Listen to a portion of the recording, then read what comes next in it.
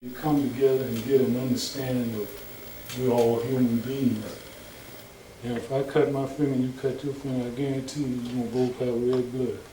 You see me? So it could spread if we would take this and then teach the young, you know, teach the young, because they coming up, you know, we want them to be steered in the right direction. I want you to imagine that you don't know each other at all. You've never met. You're just a young black man with a young white woman. Elijah, what do you want Olivia to know about you as a young black man that you imagine in your heart that when you see her for the first time, that you're willing to bet she doesn't know about you? What do you want her to know? That at my core, I really see myself, not to say like I don't see color, I think that's over, you know, that can be misconstrued, but I see myself as a human, and not a threat, not hostile, I don't have a chip on my shoulder, and I am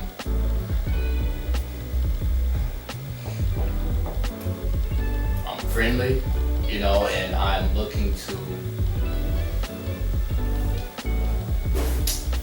gain more cross perspective. What do you hope?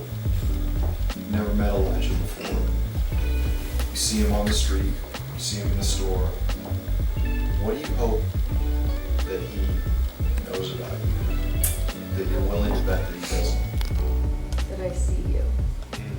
And that I want you to know that everything you want me to know, I validate. And that I don't believe all the wrong things about you, but I believe all the good things about you. And kind of to go with this, I have a story. I was with the family that I nanny. They had a work party up in Cleveland, and they all went to the Cleveland Indians game, and we were staying at the Nine. I don't know if you know what the Nine is, but downtown Cleveland hotel. And I had a baby. I had their baby. And, you know, it looks like my child, because it's just me and this little baby. And, you know, they're like, just walk around the hotel, go wherever you need to go. And so I was just walking around with her and walking everywhere. And there was this market in the bottom of the hotel. And I come around this corner, and there's a tall black man there. He was probably about my age. And as soon as I rounded that corner, I saw his demeanor change immediately. And I knew he thought that I thought he was a threat. And my heart broke, and all I wanted him to know was that I see him and that I don't feel threatened by him, and that, you know, like, it's okay. You know, I just wanted him to know it's okay. And when I cross people I don't know, black people I don't know, I just, the first thing I want them to know is that I see them. How does it make you feel, Damien, to hear them tell those stories in those ways? Sorry,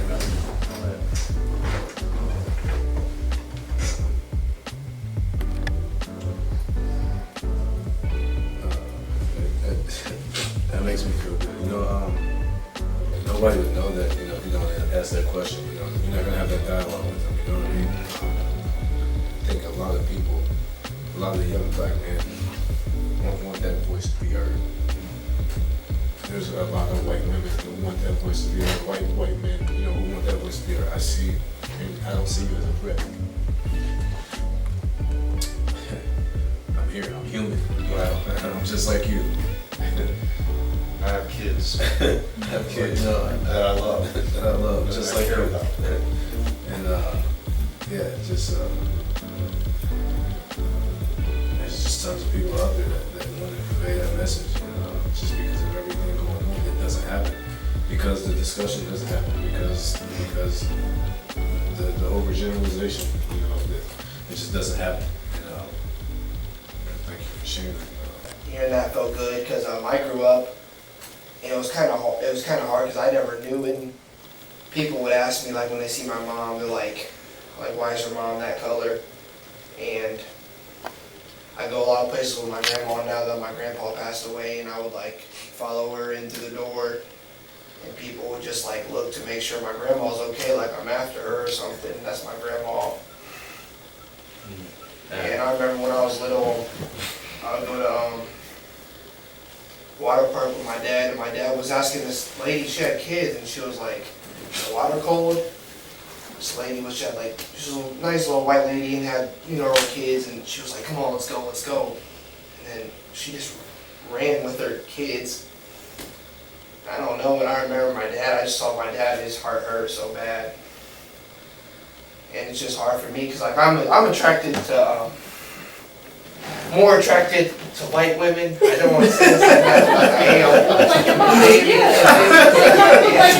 Yeah, and they get those, and like it's happened before, like where like parents have been like, no, like they haven't given me a chance, and they haven't really given a lot of people a chance. But like it just hurts sometimes to be looked at like I've been stared at when I walk in with my family, and like it's just hard because that's never crossed my mind.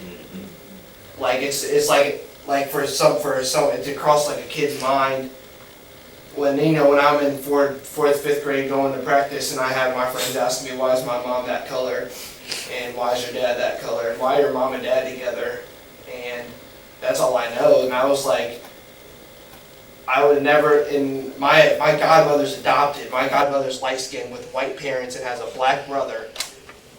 A black brother, light skinned and light skinned, and his parents are white. And I was like, never ever in my life I didn't even know he was adopted until like 6th grade. And I grew up with him since, like, cause it just never crossed my mind. And it just hurts sometimes because like those glances that you do get, like I notice that, like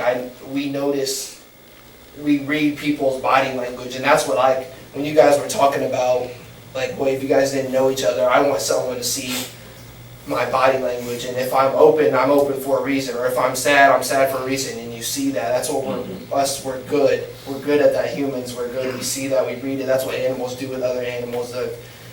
I've been like, people have told me like I'm scared, like, you know, like I'm a kid, like we're chase after girls all the time, and like people have told me like I've scared girls away, and I'm like, and they told me that like their parents don't want me because they didn't give me a chance, they don't know me, they don't know anything about me, and I don't know, it just eats at me because it still happens.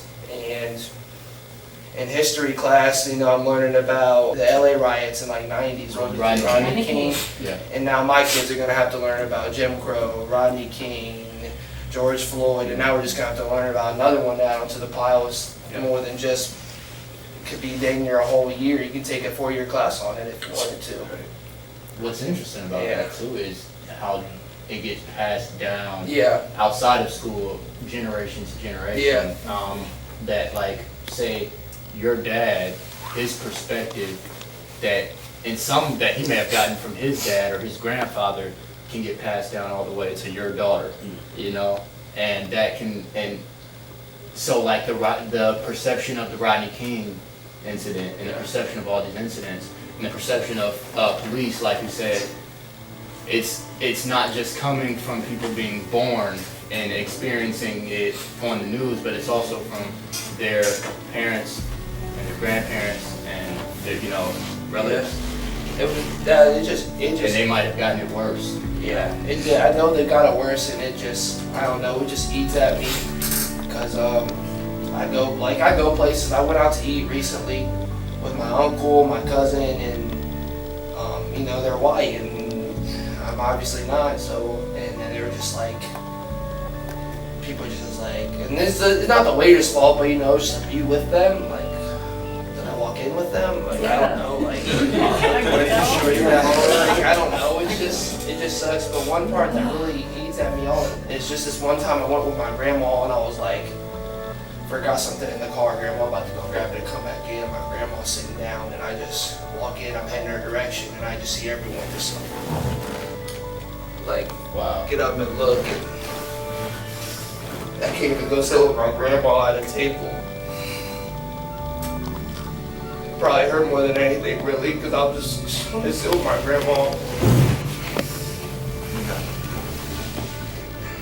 I that's going to.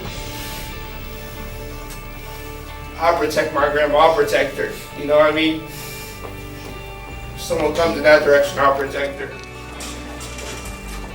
And to think that people need to protect her from the younger friends. And that's the sad part, you know, like I said, because I've been around a long time. And I see the ignorance of people. People are mixing now more than ever. So what's the big deal? We all got the same, I mean, you know, you peel away this, we're all the same. But yeah, I see people doing this, staring at, you see a couple coming down the street, and they're staring at them like this is some strange happening. You know, man, why? And it's enough to hit a person. You know, and I know what you're saying, man, because I see it. I see it. You know, what am I supposed to do? You know, leave my family? You know, run away from who I am? You know, those type things, it hurts. And somewhere along the line, I hope, but I don't think in my lifetime I'll see it happen where people can just be people and you don't see that kind of thing going on. It hurts, you know, and it hurt me to see it happen. You know, I mean, you shouldn't have to be bothered with that, you know. And that's why I say I don't have to answer the why, you know. And the people doing it don't even have the answer. They don't even know. Because it's absolutely no reason for it to be happening, but it's happening, you know. So I would like to see just a world full of people that love each other, care about each other, you know, and stop thinking about that race thing, you know. I'm this, you're that. I'm better because I'm this, you know. Man, life is too short to begin with to have to carry that weight. But I'm hoping, I still have hope. You know, I've been hoping a long time. I still have hope. I don't give up hope. And like I say, when I see people like this are talking, you know, you can tell your kids, you can tell your kids, your grandkids, you know, and it spreads, hopefully, and then one day you'll all be as one.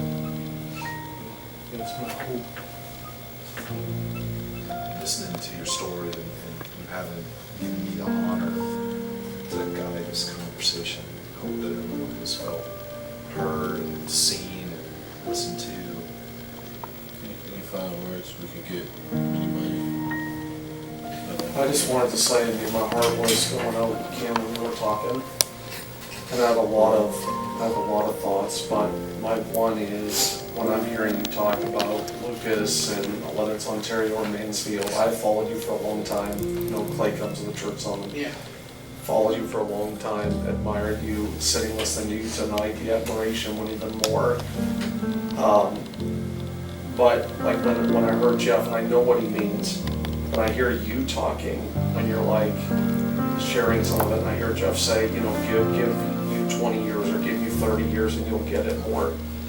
I understand what he's saying, but I have 4 kids, and I would just say to you, my 4 kids, anything, I don't want you guys to be there in 20 or 30 years. Yeah. I hope you don't ever get it. Yeah. Whatever we've got in 2020, I hope you don't get. Yeah. I hope my kids don't get. So I understand what he's saying, but I'd love to see it in his lifetime. I know he says maybe not, but I'd love for us. You know, I don't want that. I don't want that for your generation.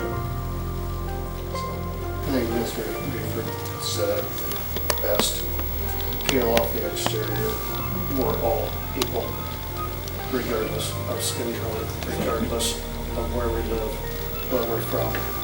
You know, you wanted to protect your grandma just by broken tears. Yeah. That is the heart of somebody who actually literally loves and cares so much. And that is admirable. That is impressive to me. That is the making of a man. of a good man. And I gotta tell you, that impresses me a lot. I've seen a lot of hate, I've seen a lot of bad things, not many things impress me. You just